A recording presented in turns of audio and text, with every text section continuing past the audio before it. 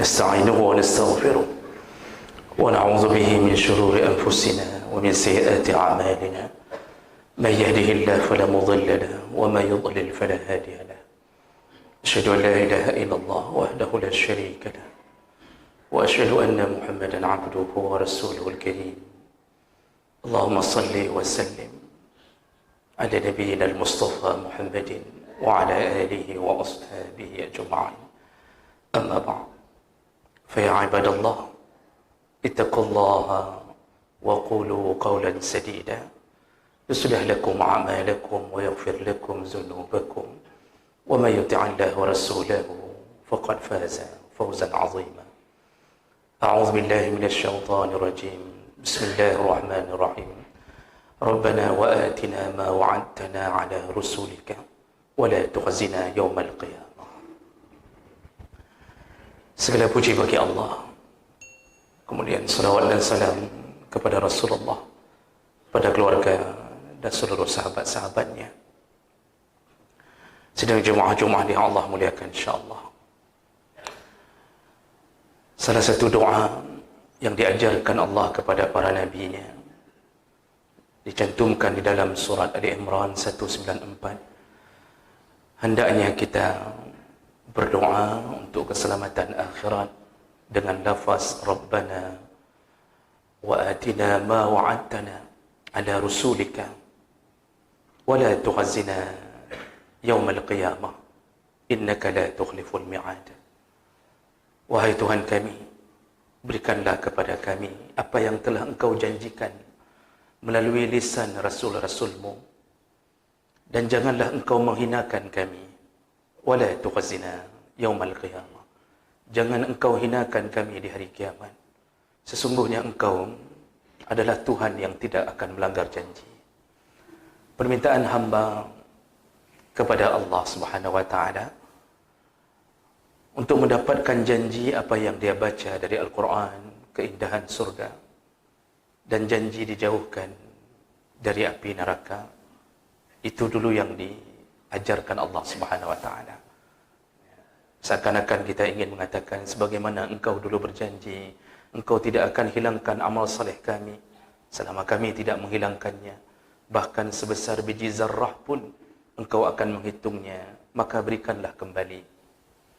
Kalimat berikutnya, janganlah Engkau hinakan kami.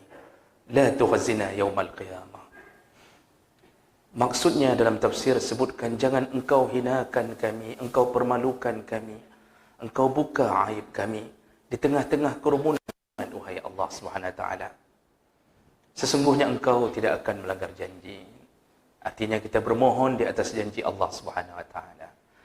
Jemaah melakukan Allah, kita fokus pada kalimat wala tukhzina yaumal qiyamah. Jangan Engkau hinakan kami. Salah satu bentuk penghinaan Allah kepada hamba yang layak untuk dihinakan adalah tetap ditelanjangkan oleh Allah Subhanahu wa taala. Dihinakan dengan ketelanjangannya. Kenapa telanjang itu menjadi hina? Bukankah kita di dunia melihat orang telanjang menjadi hal yang paling tabu? Bukankah ketika ada orang gila yang berkeliling dari satu jalan ke jalan yang lain dalam keadaan telanjang, itu menjadi aib bagi kota tersebut? Bukankah kita orang walaupun kadang-kadang ingin melakukan maksiat, tetapi menelanjangkan diri di hadapan orang banyak adalah sebuah hal yang hina? Jemaah melakukan Allah, dan kita perlu tahu bahawa semua kita di awal dibangkitkan semua ditelanjangkan Allah. Semuanya. Rasulullah sallallahu alaihi wasallam menyebutkan dalam hadis riwayat Tirmizi dengan derajat yang sahih, tusyaruna yaumal qiyamati hufatan ghuratan urla. Engkau nanti dikumpulkan oleh Allah di hari kiamat. Artinya dibangkitkan sekaligus bersamaan, dikumpulkan dalam keadaan tidak memakai sandal. Engkau dalam keadaan telanjang. Kama khuliqu, sebagaimana engkau pertama sekali. Ketika kita telanjang tidak berkhitan, begitulah Allah lahirkan kembali setelah melalui hari-hari di alam barzakh persis seperti bayi, dan tentu menimbulkan pertanyaan. Dan Aisyah bertanya dalam hadis riwayat yang lain, Aisyah bertanya, apakah itu tidak mengganggu pemandangan ya Rasulullah? Apakah laki-laki tidak melihat yang perempuan tidak melihat laki-laki? Apa jawaban Nabi sallallahu alaihi wasallam? Al-amru yawma idzin asyaddu min ayyuhimmahum zak. Aisyah, hari itu kengerian di padang mahsyar, kengerian tentang ancaman-ancaman di padang mahsyar membuat engkau tidak mampu melirik ke sampingmu. Jadi walaupun telanjang, tidak lagi menjadi sebuah pemandangan yang ingin dipandang. Lalu Rasulullah berkata, kita sambung hadis yang tadi, Rasulullah kemudian berkata, awwalu ma yuksa bihi yaumal qiyamah, dan orang yang pertama sekali diberi pakaian oleh Allah di hari kiamat, yaitu Nabi Allah Ibrahim alaihissalam. Yaitu Nabi Ibrahim alaihissalam. Dalam tafsir Al-Qurtubi, Tabari, dan hampir semua tafsir dalam kitab Faidul Qadir, kenapa Nabi Ibrahim bahkan mendahului dari Nabi Muhammad sallallahu alaihi wasallam? Kenapa Nabi Allah Ibrahim yang diberi pakaian pertama sekali? Ahli tafsir mengatakan karena dulu Ibrahim demi mempertahankan agama Allah, dia dibakar oleh orang-orang kafir, dan sebelum dibakar pakaiannya dilepaskan sebelum dicampak ke dalam api. Nabi Allah Ibrahim dipermalukan di tengah khalayak umatnya, di tengah khalayak ramai, sebelum dicampakkan ke dalam api. Maka beliaulah orang yang pertama yang dipakaikan kembali pakaiannya sebelum semua mata memandang. Lalu berlanjutlah ke cucunya dan semua para nabi, lalu kepada umat-umat berikutnya. Dan ternyata di antara kita ada yang dibiarkan Allah terhina, yaitu orang-orang yang ditelanjangkan Allah, dihinakan oleh Allah Subhanahu wa taala. Walaupun mata memang tidak sanggup memandang dan tidak sempat memandang, tapi dia dalam keadaan dihinakan Allah Subhanahu wa taala. Rasulullah sallallahu alaihi wasallam pernah menyebutkan dalam salah satu hadis riwayat Bukhari, akan ada di hari kiamat orang-orang yang berpakaian di dunia dan telanjang di akhirat. Dari Ummu Salamah radhiyallahu anha qalat, istaiqadha Rasulullah sallallahu alaihi wasallam lailatan fazi'an. Pada suatu malam ketika Rasulullah sedang berada di Ummu Salamah, di rumah Ummu Salamah, salah satu daripada isterinya, tiba-tiba Rasulullah terbangun di tengah malam fazi'an, dalam keadaan terkejut. Beliau terkejut. Wa yaqul, lalu beliau berkata, subhanallah, maha suci Allah. Maza anzala Allah min khazain wa ma unzila min al-fitan. Setelah Rasulullah terbangun dalam keadaan terkejut, beliau lalu mengucapkan maha suci Allah. Lalu beliau mengatakan betapa banyak kekayaan yang Allah beri, nikmat yang Allah beri kepada hamba, dan juga begitu banyaknya fitan, begitu banyaknya fitnah yang Allah turunkan. Yang dimaksud di sini adalah di akhir zaman, setelah kenabian Muhammad berlalu, tinggallah umat-umat di akhir zaman, Allah akan bukakan pintu dunia. Allah berikan nikmat di mana-mana.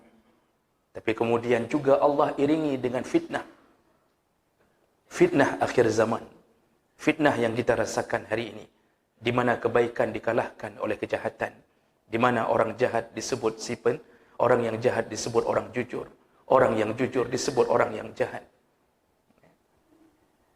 yang amanah disebut pengkhianat, yang pengkhianat diberi amanah, rakyat dihabisi, pemerintah berfoya-foya. Ini zamannya fitnah. Begitu banyak, kata Rasulullah, Allah turunkan fitnah.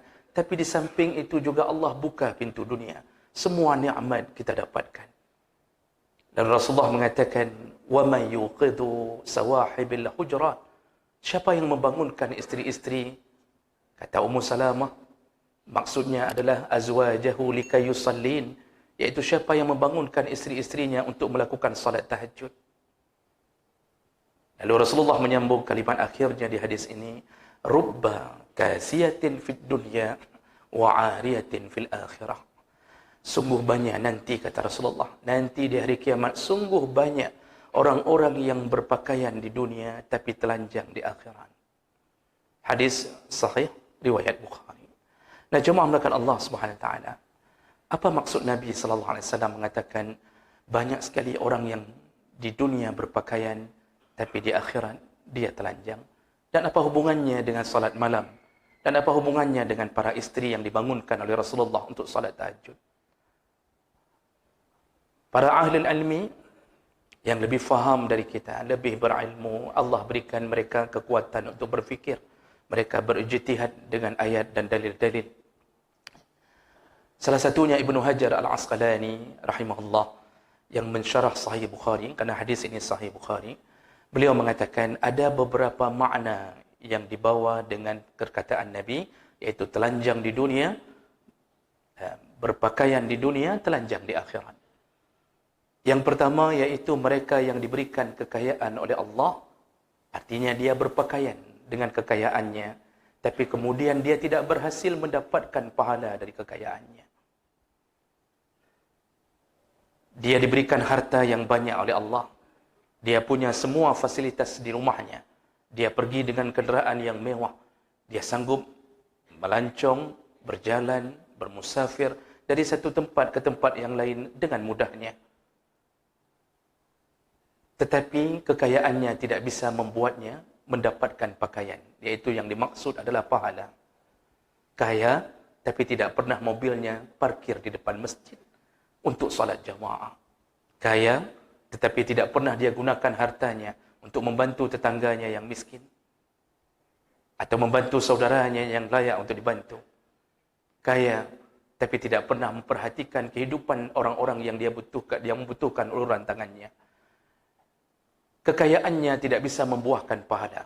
Maka itu maksud Nabi yang pertama, kata Ibnu Hajar, itu orang-orang yang diberi kekayaan oleh Allah, tapi dia di akhirat seperti orang yang telanjang, tidak ada pahala dari kekayaannya. Maka merugilah dia di saat itu. Ini makna yang pertama. Kemudian makna yang kedua, kata Ibnu Hajar, yaitu orang-orang yang diberi nikmat selain harta. Dan itu lambangnya adalah pakaian di dunia. Selain daripada nikmat harta, diberi nikmat sehat. Allah beri waktu luang. Allah beri kuatnya anggota tubuh. Tapi Masya Allah, dia tidak pernah mensyukuri nikmat itu.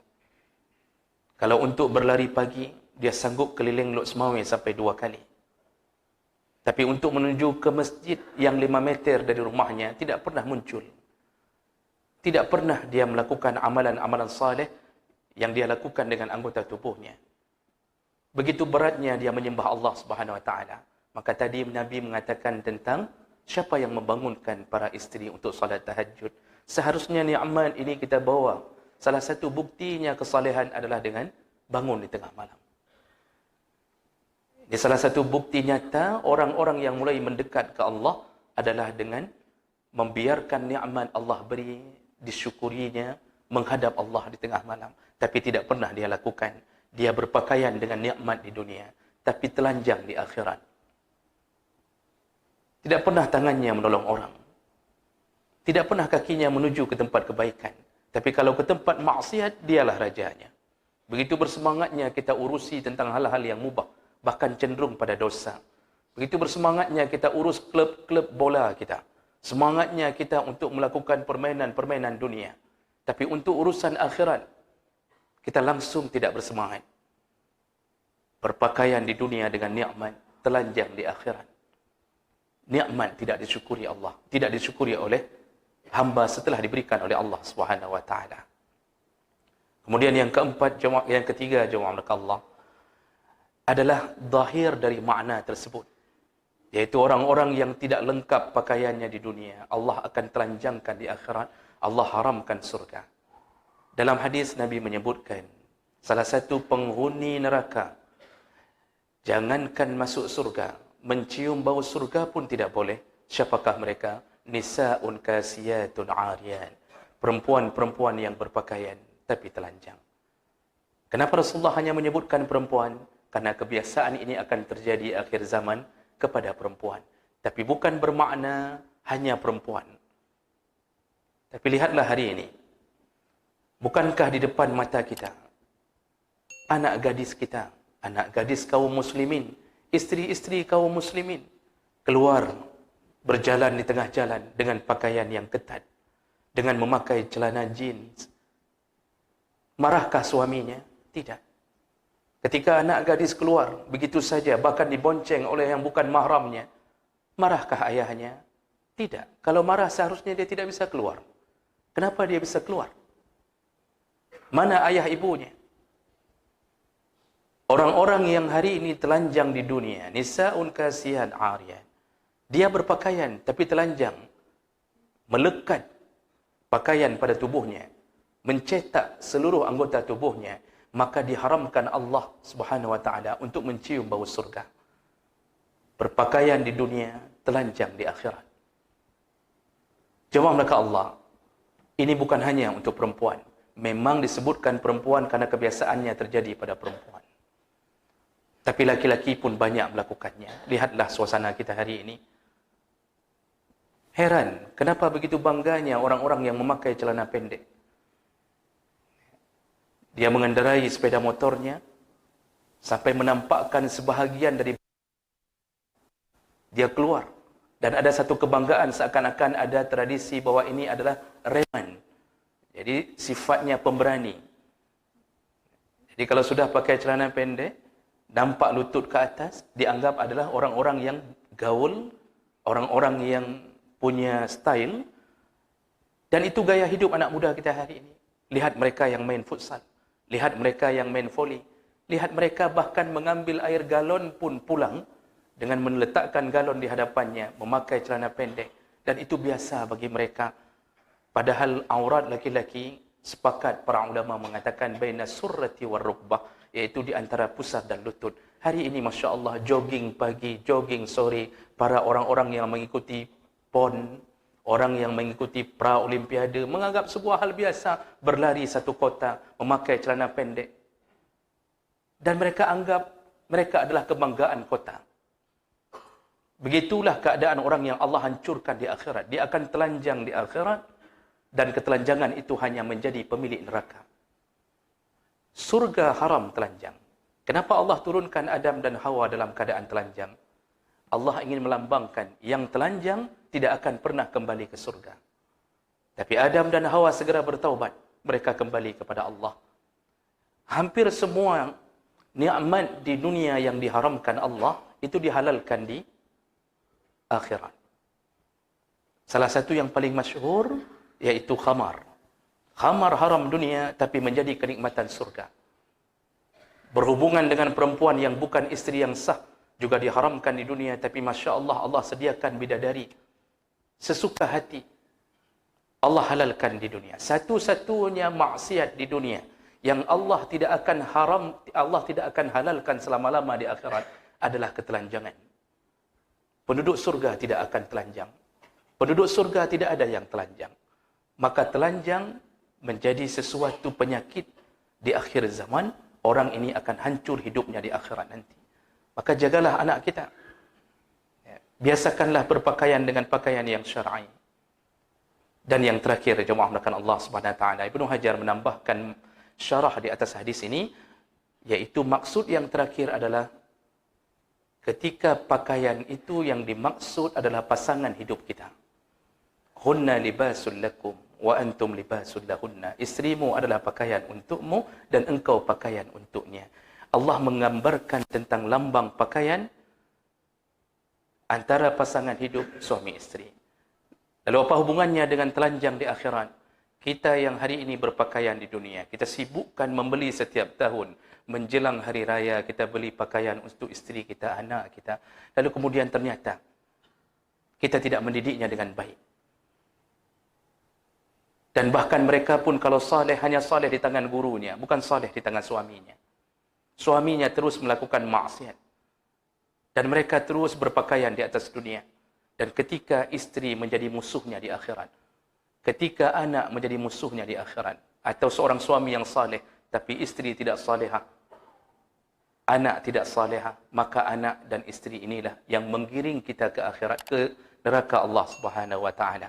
Maka kita dulu sama-sama berpakaian, tapi Masya Allah, kemudian kita telanjang di akhirat. Makanya Rasulullah mengatakan dalam hadis tadi, وَمَا يُوقِدُ سَوَاحِبَ الْحُجُرَاتِ, siapakah yang membangunkan isteri untuk salat tahajud? Maksudnya, jagalah istrimu, jagalah anak-anakmu, tahajudlah bersama walaupun tidak disunnahkan berjamaah, bangunkanlah mereka. Lakukanlah itu untuk membuat keluarga bahagia. Karena salah satu yang Allah sayang keluarga ketika mereka saling membangunkan di tengah malam untuk menyembah Allah Subhanahu wa taala. Maka jemaah melakukan Allah Subhanahu wa taala, janganlah kita menjadi orang-orang yang hanya berpakaian di dunia tapi kemudian ditelanjangkan di akhirat nanti. Dan mudah-mudahan Allah tidak menghinakan kita di akhirat nanti. Barakallahu li wa lakum fil Qur'anil azim. Wa naf'ani wa iyyakum bima fihi minal ayati wa zikril hakim. Wa taqabbalallahu minni wa minkum tilawatahu innahu huwas samiul alim.